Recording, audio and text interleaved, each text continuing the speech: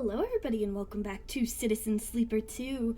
We have returned, we found Helion Gate, and not only did we find Helion Gate, we found Juni again! And Juni helped us track down that ship mine, so now we have a prime ship mine. And we could head back to Flotsam right now and take care of that, but we're not gonna do that. And you know why? Because we're going to go and we're going to head over to... We're gonna head over to Holm's Rock. And then, from there, go to Wellspring, where I believe Seraphine's sister is. Everyone keeps talking about, in the comments, about, like, oh, can't wait for you to see Seraphine's sister, so I'm betting it's someone from the first game, but that's my only guess. I can't recall anyone specifically. Maybe Tula? Didn't Tula mention having a sibling, or am I just remembering wrong?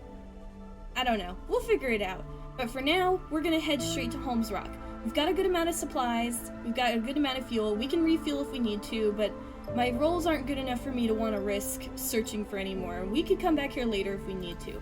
I was also told by someone that I might want to go back to Farspindle next time when I get a chance, because we might meet someone there.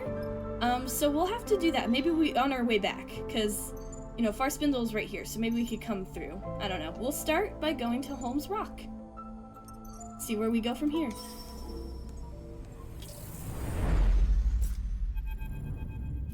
New place! Oh!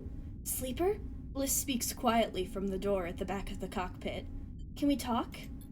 You glance over at Seraphine, his head back and eyes closed while the rig cuts through empty space. You don't seem to be needed here. You unclip from your harness and follow Bliss. How are you doing? Bliss glances over their shoulder as they drift towards the back of the ship. Is everything okay, Bliss? The question takes you aback.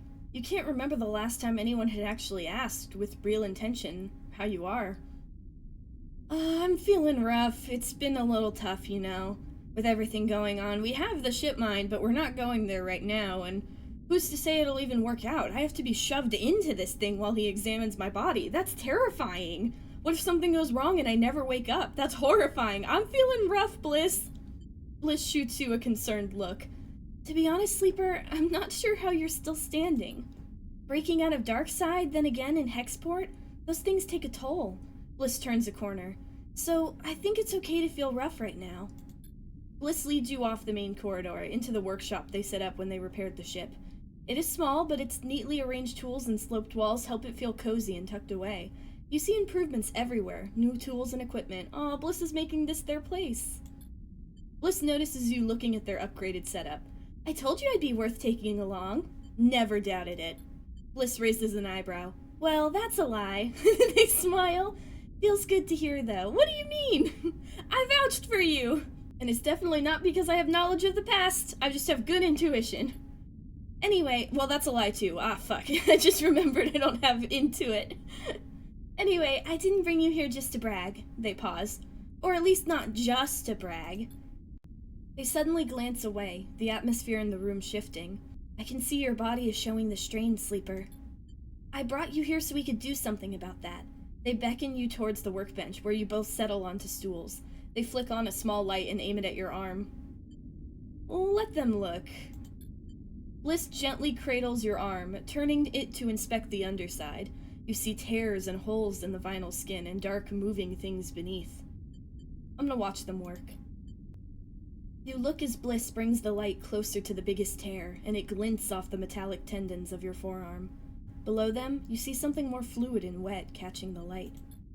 You know, you aren't the first Sleeper I've met. Oh, mention! Bliss talks while they inspect the rest of your arm. I actually partnered with one at my old repair bay on the Eye. Feels like 100,000 cycles ago now, but I remember them. Their precise work, their quiet enthusiasm, there was something calming about their presence. Bliss swaps to your other arm. They were different to you, just like one person is different to another, I suppose. But I can't help but remember that time. So is it canon that the Sleeper from the first game didn't go with them? Because that was an option. Or is that something that this game picked up from our playthrough? Because I didn't go with Bliss. I stayed. Or maybe this is just, like, specifically canon that we're knowing that the Sleeper stayed at the Eye. I was a different person then, that's for sure. They meet your eye. I'm going through something of a transformation myself. Oh! I think I know what this is about. How's that going? Bliss lays both your arms down and leans forward to inspect your upper chest, adjusting the light. I was pretending before, I think, to be the person I was expected to be. They press along the hard protrusion in your clavicle. There were so many calculations I was making, so many corrections. How I held myself, how I spoke, how I reacted. They pushed gently against each of your metallic ribs one at a time. I didn't realize how tired I was until They stop and sit back. Until I gave up. I came here, to the Belt, with someone else. And when I did, I realized this was my chance to become something new. So I let go of everything. They look away. Oh, is that about the mercenary? What happened to her? It was messy and ugly, and the person I came here with, I let them go too. Oh, that answers my question. I was punching out at everything, because it felt like everything was holding me back, stopping me for the change I was owed.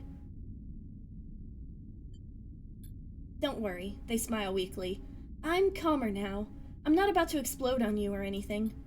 It's still a difficult process, but it feels like shedding 100 suffocating skins that you spent half your life putting on, one by one.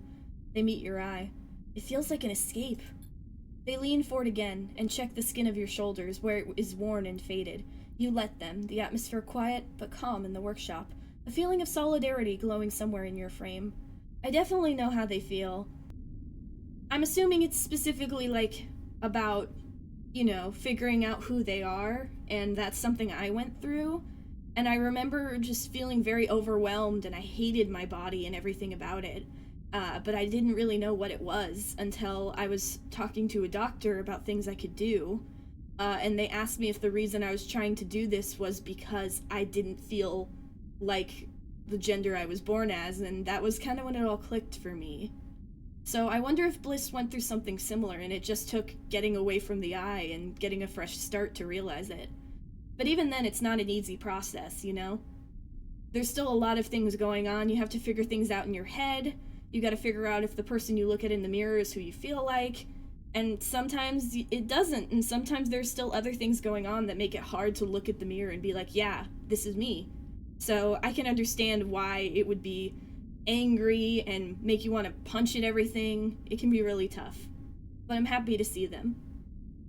And I'm happy that they're doing better. Not bad, Sleeper. You're holding up well, given everything. Bliss folds their arm in front of them protectively. But I'm still concerned. There is some decline to your system functions. Let's keep an eye out for components. Thank you, Bliss. It's no problem. They release from the stool and drift over to a rack of tools. I owe you for jolting me out of whatever my life had become on the far spindle. You leave Bliss to their workshop, feeling reassured that you have them here on the ship. Aw, as you do, you think of your relationship to your own body. This frame that you were forced into has never quite felt like your own. You realize that this feeling is not unique to you. No one gets to choose their body. Everyone has to contend with the entropy of flesh. And in that realization, you suddenly feel less alone. Aw, that was really sweet.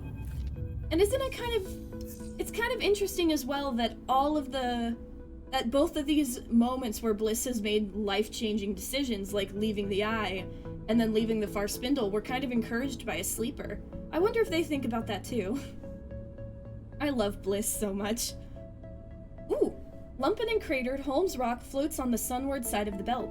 Its only notable feature, the bright shapes of its solar arrays, angled towards the system's distant star. Can't even dock the rig here. Seraphin nods at the bright shape of Holm's rock lone docking bay. Won't fit. We'll have to park here and go out of the airlock. He seems repulsed by the idea. We do that every contract. Well, what is this place? Was a Solheim relay station once. Now it's a way station of some sort. Seraphin squints at the rock. Never heard of much happening here, really. Barely seems worth the trip down, Bliss speaks up from the back of the cockpit. You never know. I guess, Bliss yawns. But don't expect to turn up any jobs all the way out here. Hey, we found something at Helion Gate and it's literally abandoned, so... I'll come down later. Don't feel like squeezing into a suit right now. Bliss gives a lazy wave as they glide out of the cockpit. Yujin pokes his head into the cockpit. That rock down there got a bar? He looks between you and Seraphin. No idea, Seraphin sighs. Looks dead. Yujin squints out the cockpit windows. I see a few warm lights. He shrugs. I bet there's a bar. He disappears in the direction of the airlock. The only thing that gets him off the ship, I guess. You gaze out over Holm's Rock. It certainly doesn't look very exciting, but there's refueling to be done, and maybe more besides. You might even be able to scare up a hot meal. That'd be nice. You know, Sleeper, that Lodic freighter means we aren't far from Wellspring. Seraphine gives you a sideways glance. Your sister, I haven't forgotten. Is that mean? I can't tell, I'm really bad with tone over text. But, I mean, that's why we're here. We're only stopping here to refuel, and then we're gonna keep going to Wellspring. We'll get there. Don't worry. Just making sure you haven't forgotten. He smiles. I heard the pressure of the war in the inner system is having an effect on how the Lodic Syndicate is being run. A syndicate? Just want to get there before something big goes down. He turns back to his console. Don't worry, we're heading there right after this. It may take a few cycles, though. I do want to explore this place. You look out at the Lodic freighter, painted the same distinctive yellow as the spring tide back on the far spindle. You've heard they supply most of the water in the belt. Not exactly an organization you want to collapse. Yeah, maybe not. Sounds like a way to get everyone killed. A light catches your eye beyond the rock, a warm flash that is gone as soon as it appears. You are at the sunward edge here, and beyond it is the inner system. Is that where Conway and them are? Holm's Rock might look sleepy, but it lies on the shores of a corporate war, so yeah. Something residents will be painfully aware of. Holm's Terminus, reclaimed signal station. What's this about? Barter with locals. Thanks to its remote nature, bartering is a popular pastime on Holm's Rock. You can learn plenty through trade and talk. Explore the tunnels. Once an old Solheim signal station, now a sleepy settlement, there's a whole labyrinth of dark tunnels cut into Holm's Rock. No place like home. Quiet and far-flung, Holm's Rock is often passed over by crews, but it has a certain qualities for those patient enough to go looking. I'm very patient, and definitely not at all reckless. Let's do this one. Nice. New location already. What is it? Oh, Lodic freights. Syndicate trade transport. Okay, let's see. The crew are selling fuel from their well-stocked tanks. You're pretty sure the Syndicate hasn't approved this, but you aren't going to say anything. We could also fill our fuel here, which I should probably do. It'll cost most of our money, but it's probably worth it. We can also help offload freight. Massive Lodic freighter has a lot of cargo to unload and a small crew to do it. They have asked around for help, but the locals seem wary of the Syndicate. I might be able to help with that next cycle. I don't know if I want to risk it with these bad rolls, but I will risk it over here. Yikes. Okay, well, the sooner we explore, the better, so I'm willing to push just a little bit. Yeah, that happened both times, but you know what? It's okay. We've got Senna's Rest. Ooh. Okay, we could get supplies here. Senna sells carefully packed up meals from the back of the canteen, marked up for the rare crew that stops for more than a cycle on the rock. We could fill our supplies too, we are only missing one. Sell engine components. It's not the best use of these valuable items. 35 cryo is a pittance, but Senna will broker a sale to a passing crew in need of repairs. I don't know if I'm willing to get rid of my engine parts. We have 5, which seems like a good amount. I don't know what they're used for, just like the same thing with the processed scrap. I feel like it's better to hold on to them for now. But I will buy a meal, or else I'm gonna starve. Senna's Rest is set up in the old Solheim canteen of the signal station. They serve a hearty broth with softened grains. Sounds yummy. Gimme. Thank you! Alright, we'll take a bit of a rest real quick. How about we start scavenging for fuel along the way? We should probably do odd jobs every now and then, but it just feels more worth it to get stuff done here.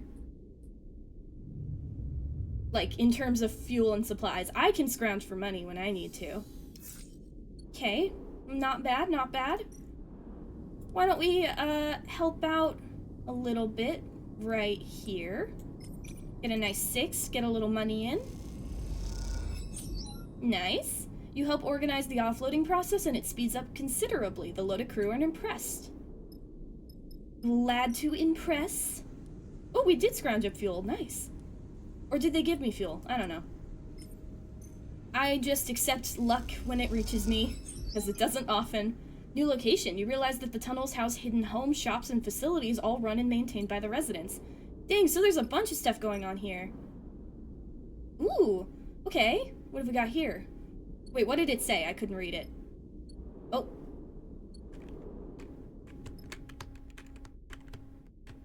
Woo! Ooh, that's dizzy.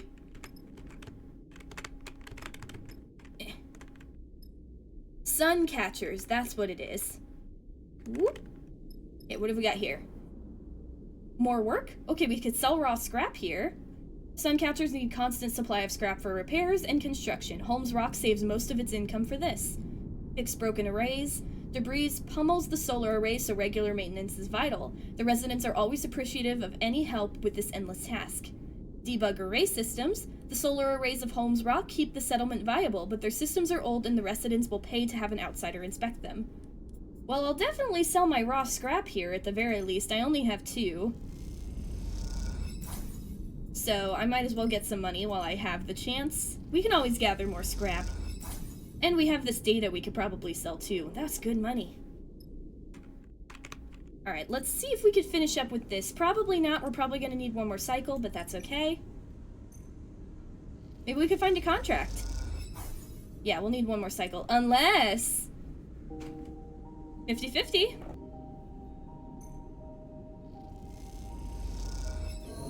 Hey! Holm's Rock is starting to make sense, from its well-lit terminal to the tunnels that stretch beneath. Ooh! In Holm's Rock, it's impossible to get away from the feeling of living, working, and eating in a ruin. Most of the belt is built on top of the remains of Solheim infrastructure, but there are plenty of places where the modifications or extensions to those structures eclipse the original foundation. In Holm's Rock, it is the reverse. The station is a small, warm patch at the center of a network of tunnels and bays that stretch within the rock, most of them dark, damp, and wrecked, a sprawling foundation that will never be built upon. Every so often, gliding on your way between Senna's Rest and the Suncatchers, or from the docks to the depot, you find yourself in one of these dark tunnels. That's where you are now. You float, stopped at a 4-way intersection, no visible light down any tunnel. Straight ahead, left or right. You kick off gently from the wall and head into a cylindrical passage clad with panels that hold back the rock. It is wider than the others, and here and there are little droplets of water float undisturbed. Ooh. At the far end, you see a faint point of light, the warm glow of a lit passage. Suddenly, you hear a rustling in the dark and a shrill sound you can't place. There's something out there. Turn back or rush through. Zoom, baby! Fuck! Trying to calm your nerves, you overcompensate and kick off too hard. You fly through the tunnel, droplets of water spatting you, and collide with a metal crosspiece you hadn't seen. You bounce off of it, tumbling through the air before you catch yourself on the wall. You curse in the dark and move towards the light. Oh! Then it hits you, something solid and meaty slamming into your stomach and spinning away. You press off the wall and push on as a shrill wail echoes behind you in the dark. What the hell was that? When you reach the lit passage beyond, you turn back, but the tunnel is silent and still.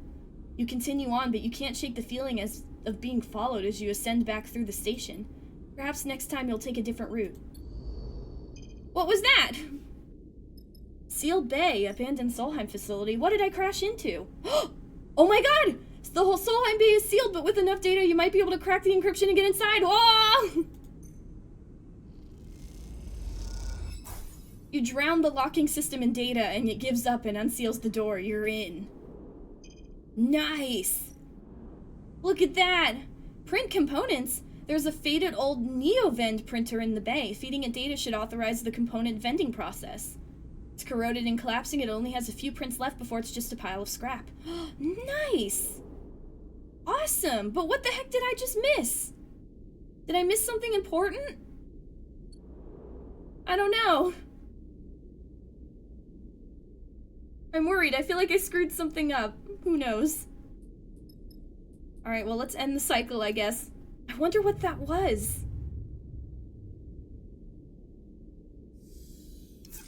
Oh!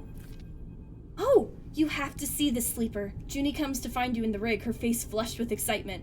At first I didn't believe it. Juni can't help herself while she leads you through the ship. There are mentions occasionally, but I've always understood them to be references to something smaller. A system or a unit, not an entire facility, even a series of facilities.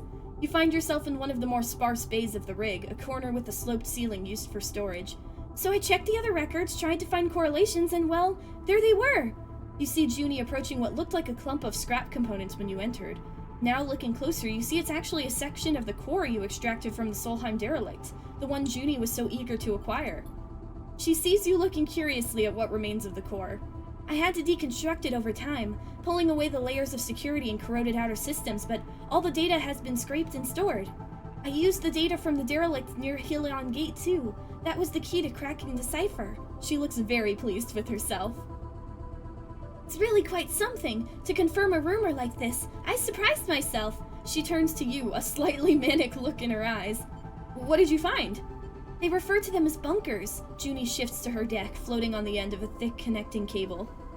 They were a form of self-surveillance for Solheim, a way of monitoring their own systems and employees securely. They were hidden, mostly. Automated, linked into network by arrays, intended for vast amounts of data capture, to be poured over by a small staff. Juni taps a few keys on her deck. Most were understood to have been purged in the collapse, shut down, depressurized, even sent on collision trajectories with other bodies. She pauses, though I suspect that last one is a little too far-fetched. I've heard people deny they even exist, that we are misreading the data, that the evidence doesn't hold. Juni turns the deck screen to face you. But I found one! You see a map of a set of coordinates on the sunward side of Holm's Rock, the edge of the belt. And you want to go? Any of these bunkers is a gold mine, Juni pauses. At least from a data archaeologist perspective. She sees your reaction. And, Juni adds, hoping to convince you, in truth we don't know what else is in there. There could be Solheim tech, blueprints, data never before seen in the belt. We should take a look, why not? I'll give Seraphine the details, she smiles. We could be making history here. And thank you, Sleeper. Juni bows her head a little. I never would have found this without the core you gave me. I understand that was a sacrifice on your part. Now it is time to claim the rewards. You leave Juni at the storage bay, working obsessively through the data. It's hard to know through all the excitement what the real value of one of these bunker facilities might be. But if they're as well hidden as Juni said, there must be a reason. When there's time, you hope to find out what that reason is. We have time right now. New contract on the map. Let me take a look at this contract. New drive available. How many drives do I have now? 2 points. Okay, nothing yet. Oh, updates. The drives are over here. I'll get this eventually.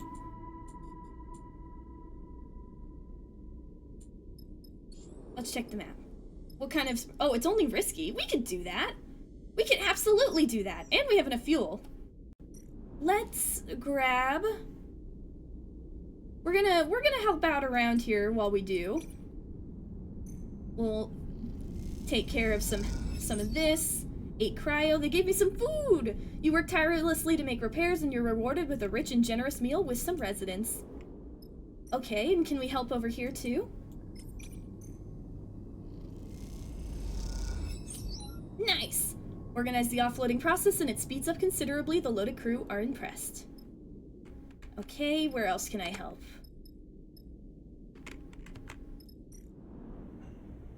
Okay, I can buy supplies here, and I might as well. We just need one more piece of supplies. Okay, we've got that. What else should I do? I guess I'll help out over here a little bit more. We can fix the broken arrays again. And we'll debug the array systems. Just to get a little cash in our hands. Nice, because when we come back, we're gonna need to buy fuel. And let's see. Oh, shoot. Alright, I'm gonna use this last one to get rid of that stress before we go. Because I would like to be 0 stress when we get there. Hopefully this works. I'm not that lucky. Yep, nope, recovery failed. Alright, we'll stay 1 more cycle. Ah, I should have thought of that. I forgot because I got excited because Juni found a thing. I'm excited when she's excited. Alright. First things first. Immediately. We'll recover. It's just important to make sure we're nice and ready. Seriously though, what was that? That's like the first one of those I failed. I wonder what that was. What I could have run into. Is there a chance to run into it again? Do you think it was the cat? I'm pretty sure the cat can show up in this game, and if I hurt the cat, I'm gonna be really sad. I guess we won't know. Alright, I'm gonna do this. Nice. Alright, now we'll go on the contract. I am not stressed, so we can take this. Solheim bunker. Juni's coming for sure. And Bliss. Sorry, Yujin. I want to do this with them. Plus, this is a data scraping thing, so I think it might be better to have you, especially because, once again, Juni is important, this is her quest, but Bliss is the only one with Intuit. Nobody else on our team has good Intuit, so it has to be Bliss. Not that I mind, I love Bliss, but it's just like, it's not even an option. I'm sorry, Yujin, maybe another time. Alright, let's travel. Off we go on a quest. Ooh. That's it. Oh, look at those rolls! Hell yeah! Seraphim nods towards the featureless asteroid. Those are the coordinates Juni gave me. You look out at the rock. It's like thousands, hundreds of thousands of other rocks in the Starward Belt. All these objects, much the same, spread across a huge circumference of space. A good place to hide something. That's it? Juni speaks up from the back of the cockpit. That's it, Seraphim confirms. She drifts forward, her eyes tracing the shape of the rock. There, she points. That hexagonal crater. She turns to you. That's the entry. You look at the dark spot on the already dark rock. It's a start. Let me guess, another hatch for me to cut? You turn to see Bliss smiling, having slipped in at the back of the cockpit unnoticed. I'll get my torch. You look out at the unassuming rock and wonder what it might contain. A few dusty tunnels, or something more. Time to go find out. Ooh, everyone's got pretty good rolls this time. I'm proud. Alright, so let's see. Sealed entry. Okay, so Bliss does need to get us in. Okay, cut the seal, force the hatch. Hatch has been sealed intentionally. Precisely cutting the seal away will be the safest way to gain entry. Or force the hatch. Taking the brute force approach to get inside the bunker will be faster, but also more dangerous. Okay. Well, I can bring these up to a 100% positive, so we might as well do that. Because that'll start to get us through. And you know what? I can get us the rest of the way. I might as well hold out. I'm the one with the pluses here, so I might as well do my stuff here. The hatch vibrates as the seal tears away. You're almost inside. Alright, and then we'll cut the seal at the very last moment. We're like being violently aggressive, and then at the last moment we just go dink and fix it. There we go. You have access to the bunker, but the question remains, what awaits inside? What have we got now? Access spire. Whoa! Wait! Oh god, this is like the thing from Outer Wilds! It's not an asteroid at all! Hack doorway. One final airlock stands between you and the pristine interior of the bunker. It is in pristine condition. Spire hack. The spire leads into a vast space. What is this place? The only way to find out is hack the final doorway. Alright, sorry Bliss, maybe I should have used your rolls more. But I can use your rolls. I could even push if I wanted to. But this gets you up to a 5, so we might as well do that one. Nice, but I think that's where we're gonna stop. I don't want to risk it. Even Bliss's rolls aren't going to do as much as we would hope. So we'll end the cycle. We still have plenty of time. As long as we don't all roll ones. Not bad, not bad. Okay, well, kind of bad on my end, but both of you, not bad. Okay, we've got a nice big plus. There are no errors to exploit in the system, but Solheim code is outdated and simple. Okay. I could also push a little bit. I could risk it. I would just get a little bit of stress. No! Oh, nice! Finally! There's a squawk from the control system and the door clunks. You can get inside now. Ooh, when you entered the access spire, the crew suddenly went very quiet. The images of a vast space seen through the viewing windows, the pristine wall paneling, the cool and the quiet. There's a sacred mood to this place, a feeling of hallowed ground. Now, as the facility's final entry lock whirs, flooding the passage with stale, dusty, 10,000-cycle-old air, Juni speaks. It's impossible. She drifts down the spire and out into the cavernous interior. A constellation of red specks mark the vast extent of the space, and within it, a ring of monolithic buildings curves away, running along the circumference of the massive chamber. You follow her, slowly, out of the doorway and into the bunker. With a name like that, you had to imagine low, sloped ceilings, stark tunnels, a basement cut into rock. But this place is a cathedral, a cocoon the size of a city. Look at the ring! Bliss nods at the vast structure encircling the cavern. That's Solheim built all right. It almost looked like Erlen's eye. Same people. Descending into the ring takes a while. Despite the empty space, no one wants to rush through it. The feeling of entering a sacred territory remains. Though the deeper you go inside, the more obvious it becomes that this place is more a tomb than a temple. You touch down amongst gray metal units, most of them featureless and dark. They tower above you now, their plain frontages revealing little about their function and interior. Stay close. Juni moves ahead into the gap between two structures. This place is a labyrinth. Oh my god, who are you? Warden? Welcome, visitors. A pale light flickers near one of the units, at the top of the square pedestal. I am the Warden. Please provide access credentials. The flicker stabilizes into a figure, a statue of pulsing light. It pauses for a moment before repeating its request. Juni freezes and holds a calming hand out to you. She retrieves her deck, carefully sliding it from her backpack, and turns it on. You look over at the Warden, who waits patiently, wide-eyed and absent, stating its security requests with a regular rhythm. You guess that this avatar just exists to make human interactions comfortable. Its true body is the facility itself, this vast interior ring, speckled with sensors and systems. It reminds me of the ones from the Eye. Suddenly, the Warden stops speaking. Then a flash of red passes along the corridor. Credentials not provided. Lockdown activating in 10, 9. You look over at Juni, whose eyes are rapidly scanning through a screen full of data. Vestning. Juni stumbles through the pronunciation of the passphrase. Litter. Ildstead. She looks at the Warden's avatar expectantly. The Warden flickers again, distorts, and then stabilizes. Oversight connection not active. Re-attempting. It repeats itself again, then again, intoning the words in a regular rhythm. You look over at Juni, holding still as if encountering a wild animal. She meets your eye but gives no indication of any action you might take. Loop bypass engaged. Welcome, officer. The synthetic voice drifts to a different tone. Leonard Dahl. The avatar's white eyes stay blank and blind. And guests. This protocol has been active the entire time? Bliss whispers. Surely that's not possible. Juni looks back at you and then at the Warden. The figure flickers, staring out over your heads into the dark. Are we good, Juni? She looks at the Warden. Warden, are we approved to access all facilities?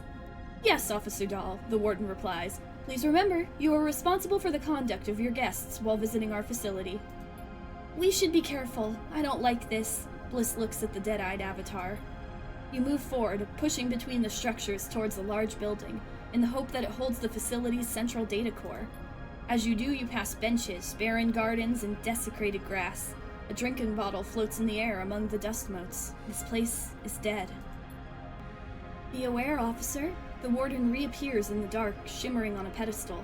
Due to this facility's extended run cycle, and the activation of the hibernation process, access to the central data store will be strictly limited. However, if you wish to show your guests the habitation facilities, I'm sure they will enjoy the tour. The avatar remains expressionless, disconnected from the voice that accompanies it. On a personal note, I am glad to see you return to the facility. The figure flickers. I am happy to report that I am ready for program reactivation at any time. Juni stares at the avatar. Thank you, Warden. She pauses. Can I ask how long ago the hibernation protocol was activated? Certainly, 11,473 Helion standard cycles ago. The Warden distorts. I am in error. I apologize. Some subsystems have not been properly maintained. Oh god, that's so long! You look at the blind avatar standing on its pedestal, waiting for an order that will never come. So many cycles in the dark, patiently holding this place together as it fell apart, resisting entropy in its bubble of the past. Thank you, Warden. That'll be all. Juni nods to the avatar, which promptly blinks out of existence, leaving only the dust in the dark. Can we adopt Warden? I feel bad. She turns to you and speaks quietly, though none of you know what sensors the Warden's vast body might have. My access. It won't last long, she sighs. We need to make the most of this. Then we go for the core, right? That has everything. The Warden won't like that, but it's where the data is. She glances around. We can try to be delicate, take it little by little. I don't know how long this will last, Juni sighs. Let's get on with it. Okay, Warden stress. You're nervous toast. Okay, it's nervous. I understand, and I will be careful. Okay, ring facility, abandoned station. Oh, Explorer Hab units. Hundreds lived and worked in this facility. The evidence is everywhere. You can't help but search through it. Solheim souvenir. The hab units are like a museum preserved perfectly in the sealed bunker. What can you find? What's this circle right here? I don't like that. Maybe it's every cycle? Solheim tech. Well-preserved components in the facility. With care and time, they can be extracted. So I could probably do that one. But the most important thing is the bunker core. Let's see. Scrape cache. Extracting the entire cache will alert the Warden, so the data needs to be scraped away layer by layer. Extract hardware. The more dramatic way to steal the data is to rip the physical storage out of the core. Subtly, of course. Bunker cache.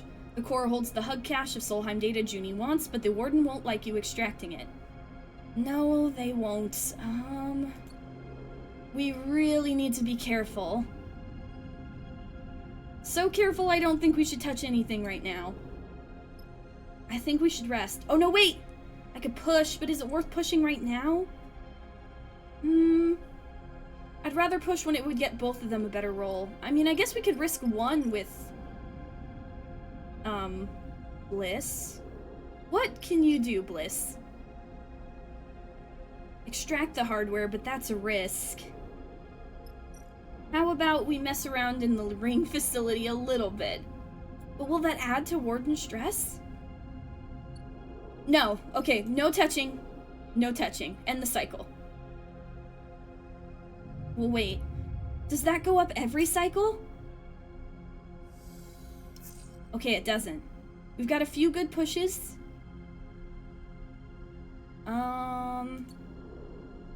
Let's see. Crisis event, 1 per cycle. What does crisis event mean? Okay, we need to move. The faster we get this done, the better. Okay, I'm gonna push. Give myself a little bit of stress, but now Juni has a good one.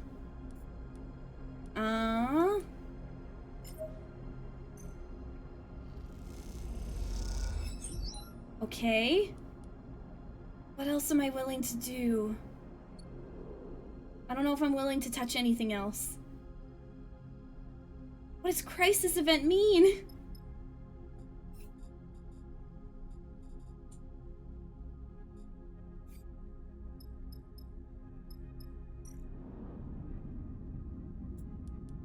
I mean, we could probably push in here, but I don't know if I'm willing to do that either. Oh, if only I had better rolls. We're gonna hold off. +1 per cycle. Okay, so now it's starting. Is that what that is? Okay, now it's starting. Oh, thank goodness I have good rolls, but neither of you do. Come on, guys, we need this. I'll do it, I'll do it.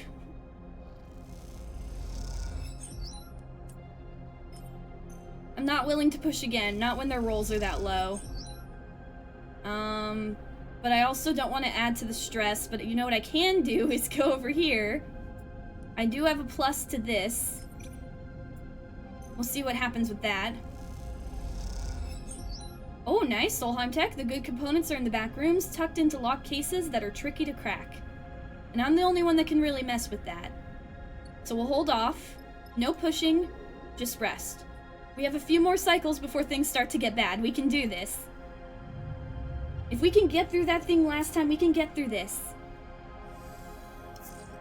1 more cycle of supplies. Not bad on the rolls. Okay, definitely get you in here. Alright, we just need one more good one. And you know what? 100% positive we might as well use it. There we go, the Warden shimmers in a corner of the room. This is all you'll get for now. Bunker cache, we got it. Done. Juni removes her cable from the data core's port. She looks up from the boxy piece of hardware, one that wouldn't fit inside any ship short of a freighter, and stares at the domed ceiling above, an oculus at its apex letting a shaft of light into the hall. It's a grand piece of architecture for what amounts to a massive piece of data storage, but then Solheim always did have a sense of grandeur when it came to its projects. Why would a secret signal monitoring facility be any less opulent than its other buildings? Find anything good? Hard to tell. She squints at the vast data core. There's too much in there. I barely scratched the surface. We'll only know what's really there when I have time to process it. AKA, we gotta go. We should go, Juni sighs. I'm not sure how the Warden will react. She looks back over her shoulder at the vast core. I don't think we'll be let back in to get more. As if listening for its name, the Warden suddenly apparates on one of its pedestals. It stares statuesque across the hall, its eye line way above your head. Officer Dahl. Its voice sounds strange now, stretched, drawn out. I have detected inconsistencies in the central data core. I believe there may have been unauthorized access. Juni looks at you nervously. Thank you for bringing this to my attention. I will investigate when I can, but for now my guests and I, she looks at you, have to depart. The Warden flickers. The Warden bends and warps. The Warden screeches a pulse of digital noise. Of course, the Warden's voice is still broken, still slowed. I hope you enjoyed your visit to this facility. Juni looks at the blind statue. Something is moving inside of it, making its skin, if it has skin, bend away from its body. You wait, floating there in the dust. Juni approaches the pedestal. Officer Dahl, can I ask when you will return? The Warden blinks its wide eyes. The facility has been idle for many cycles, and, without reactivation, we may face further difficulties in its maintenance. It's, the Warden pulses, has been so long. You watch as Juni approaches the pedestal. I don't think I will be able to return. I'm sorry, Warden. The Warden flashes red for a moment so small that you could almost believe you imagined it. This is as I expected, Officer Dahl. The Warden is still now, its lips no longer moving as they speak. Its chest no longer moves to emulate breath. It is a statue. Thank you for your honesty. It has been an honor to serve you. I recommend you leave swiftly.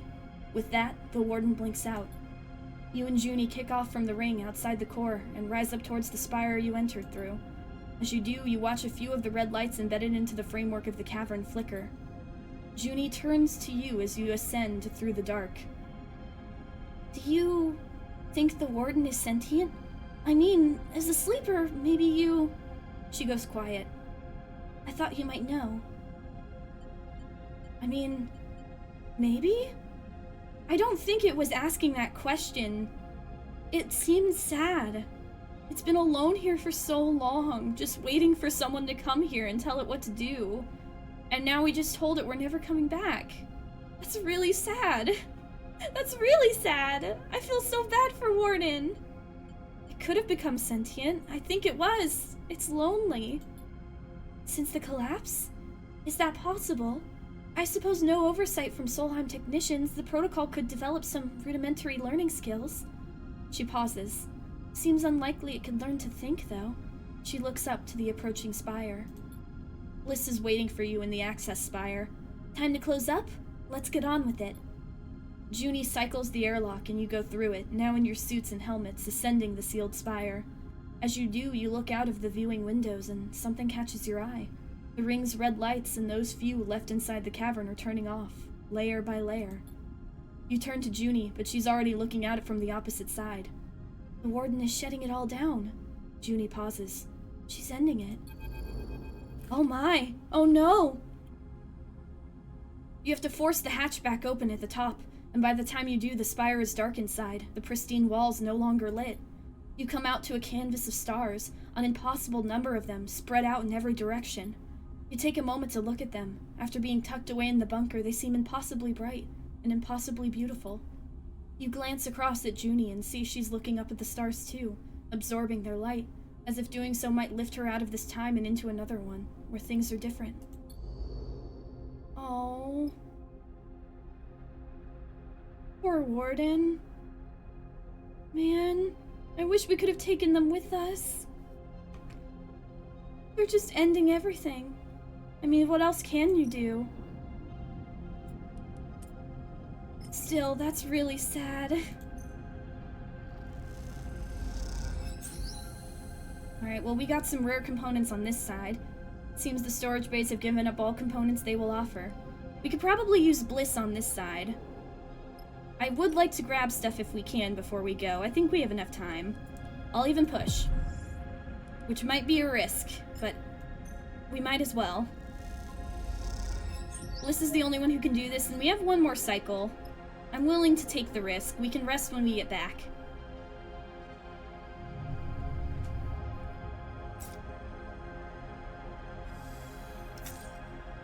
Okay, there we go. Yeah, one more push should work to get everything, right? Yeah. And then we'll go. I just wish we could take Warden with us. That's really sad. That's really sad.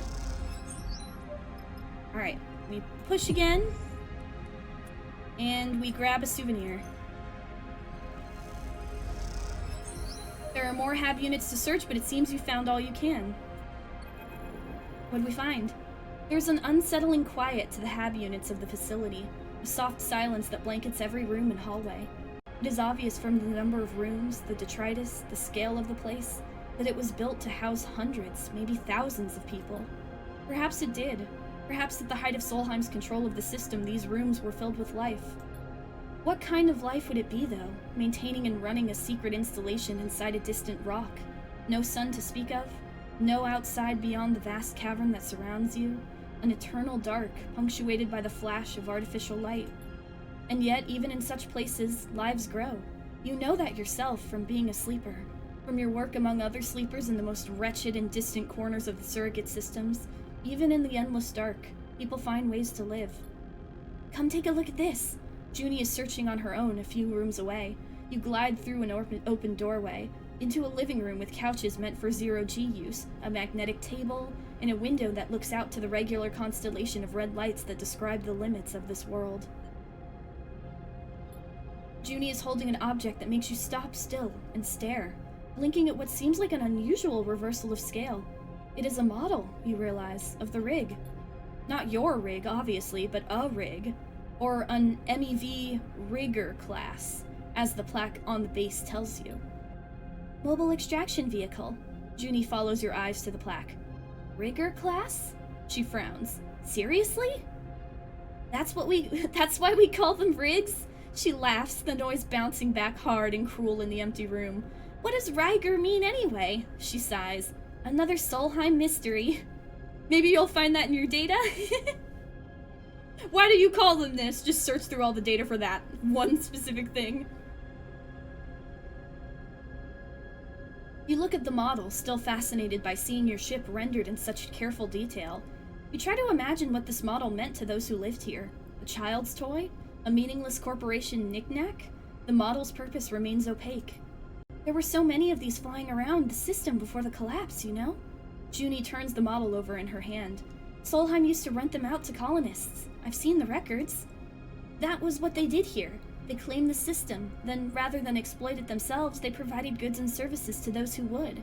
The workers paid for transit to the system, then accommodation, equipment, and access to mining claims. Other corps like XPR or Neovend paid Solheim to access this closed market, to provide other services. Meanwhile, Cybel paid even more to test terraforming tech in the systems. They built massive projects here, rich from work they only facilitated but never undertook. But then they collapsed? Yeah, that's what happens when you're built on other people's work. A few high-profile accidents, malfunctions, and the exodus begins. Once it starts, the shareholders lose trust, and... Juni turns and squints out the window. Here we are at the far end of it. Here, Juni turns and hands you the rig model. A gift. You take it and turn it over in your hands. You see something on the base, some words scratched in that you can't read. You run your fingers over them, touching the past. That's the closest thing to a treasure I think will turn up out here. Juni sighs. The people who worked in this place didn't have much to their names, it seems, and what little they did have, well, Solheim owned that too. She leads you out of the hab units, passing countless doors, some sealed, some open, that lead to countless rooms, where countless employees lived lives, or tried to, in the shadow of Solheim. Like it or not, this is what made the Helion system, what built the decaying structures you cling to as they orbit their star. What that legacy means now is a decision every resident of the Starward Belt has to make. Wow. Is everything gone here now? Yeah. Well, we found something, a little souvenir. And I think it's time to go. It's not only just because we're being hunted, but Warden is getting stressed. I really wish we could take Warden with us, but I don't think we can. Maybe in another life they would, but I don't know. Or maybe they're on the data we found? I'd like that. I feel really bad. They're all alone here. Even if they're ending it all while being aware that nobody's coming back. That's really sad. Alright, we'll leave. You now travel back to the hub. Once you leave, you will not be able to return. Leave the contract? Leave. I think my dice might have broken. No, we're okay. I'm just starving. Seraphin settles the rig at Holm's Rock, the old Solheim arrays glinting in the sun. Looking out at the station, you suddenly remember the model Juni gave you, and you take it out of your pocket. Seeing it in full light, you notice it's made from cast metal, surprisingly detailed and robust looking. Well, look at that, Seraphin glides over. It's a mini rig. You let him take it. He turns it over in his hand, looking at it. What a find. He gazes at the model ship. What are you going to do with it? Not sure. Yeah, Seraphin looks at it a moment longer. Gotta be something worth doing with a model like this. He pats you on the shoulder. Maybe you'll let me look at it sometimes, huh? He gives it back and glides out of the cockpit. Sleeper? Juni puts a hand gently on your shoulder. You turn to see her smiling a rare smile. Thank you for going out on a limb for me. I know that wasn't the most profitable job, but what we found, I'll be thinking about it for, well, ever. I managed to extract some data that you can use, and I'm going to search through everything we pulled out from that bunker. Juni looks down. I want to show you it was worthwhile. It was worthwhile. She nods. I'm glad you think so. I'll also start seeing where to find the kind of tools I need to work with data like this. Her smile is fading already, replaced by a familiar, determined stare. We can't let it go to waste, but my deck is not going to be enough. Darkside might be the only option. It's the biggest remaining Solheim facility in the belt. She sighs. I'll look into it. If we're going to Darkside, we gotta have, like, freaking Fallout 4 power armor or something, because that place is irradiated. Either way, thanks for bringing me with you. I'm glad to be a part of this. The smile returns. For as long as you'll have me. We'll always have you here, Juni. You're a part of this crew now. She looks away nervously, and then before you can respond, she's gone. Off to find a corner of the ship where she can dig through the data she pulled from the past in order to build a better future. Oh man, and 2 upgrade points? Heck yeah, major drive completed. Alright, what do we want to upgrade? We can upgrade engineer or interface. I do want to upgrade one of these ones. I know we could get the +2 on endure, but I would like a +1 in other things too.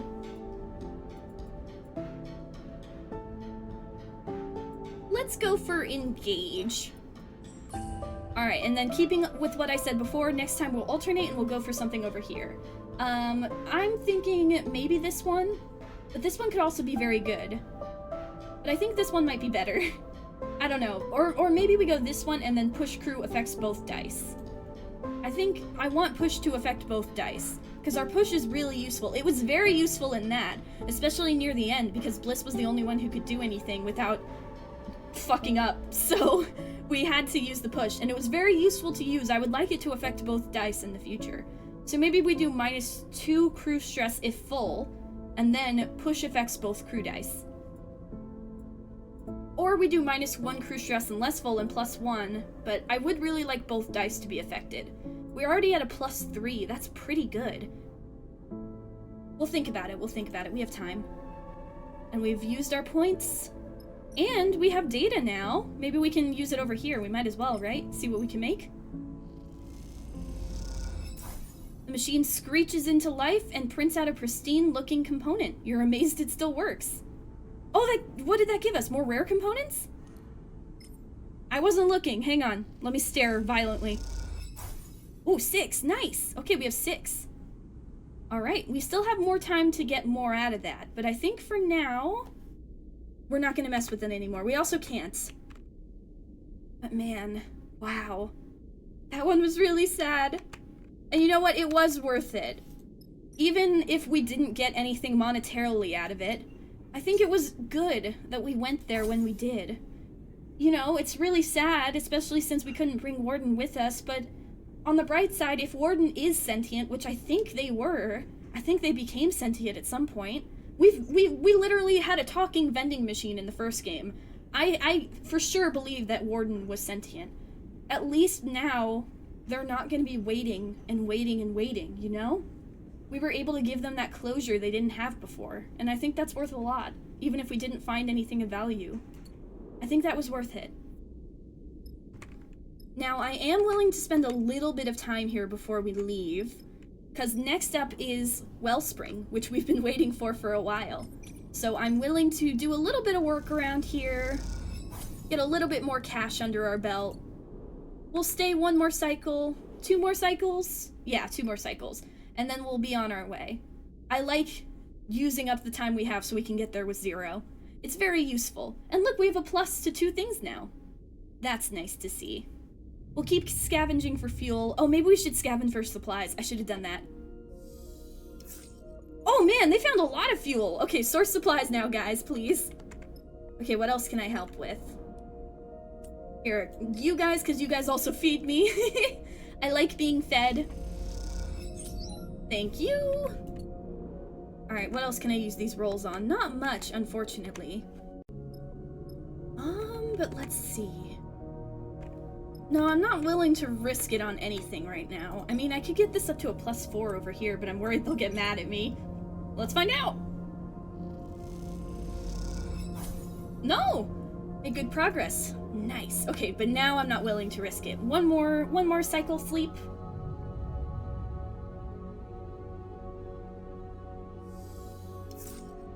Okay, that's alright. And we did get 1 supply, which is always nice to see. Alright, let's offload some freight over here.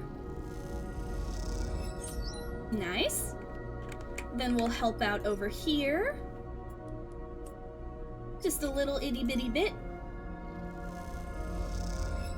Gorgeous. And then we'll do the most important thing, which is filling our supplies. I'm gonna fill supplies to the brim. It's always good to make sure we have some. We're not gonna fill our fuel just because I don't see a reason to. Unless we need more. Let me check the map. How much will it take to get us to Wellspring? 6. Okay, so technically we could fill up. I mean, we might as well, right? We can scavenge for more fuel once we're there. It's gonna take us a couple cycles to explore Wellspring anyway. We're gonna probably be there for a little bit. And if we have to dip really quickly or head to a contract, it would be nice to have some fuel. So we'll fill it. It's only 18 cryo. Might as well. Feels good to go in with everything filled up. Hopefully we can get more supplies in the future. That would be nice. But I would also be worried that I'd forget about the hunt while I'm out there because I don't start starving to death. Either way, what an incredible episode. The Warden was really interesting, and I'm still really sad about it. Man, what an amazing contract. Those ones are so great, they really make you think. And we got that little rig toy. We explored Holm's Rock. It's really funny because Holm's Rock looks so tiny, but we got so much out of this. This is over an hour of recording, and I feel like there was more going on at Helion Gate, and yet this video is going to be longer. Not that I mind. I'm having a lot of fun at the Rock.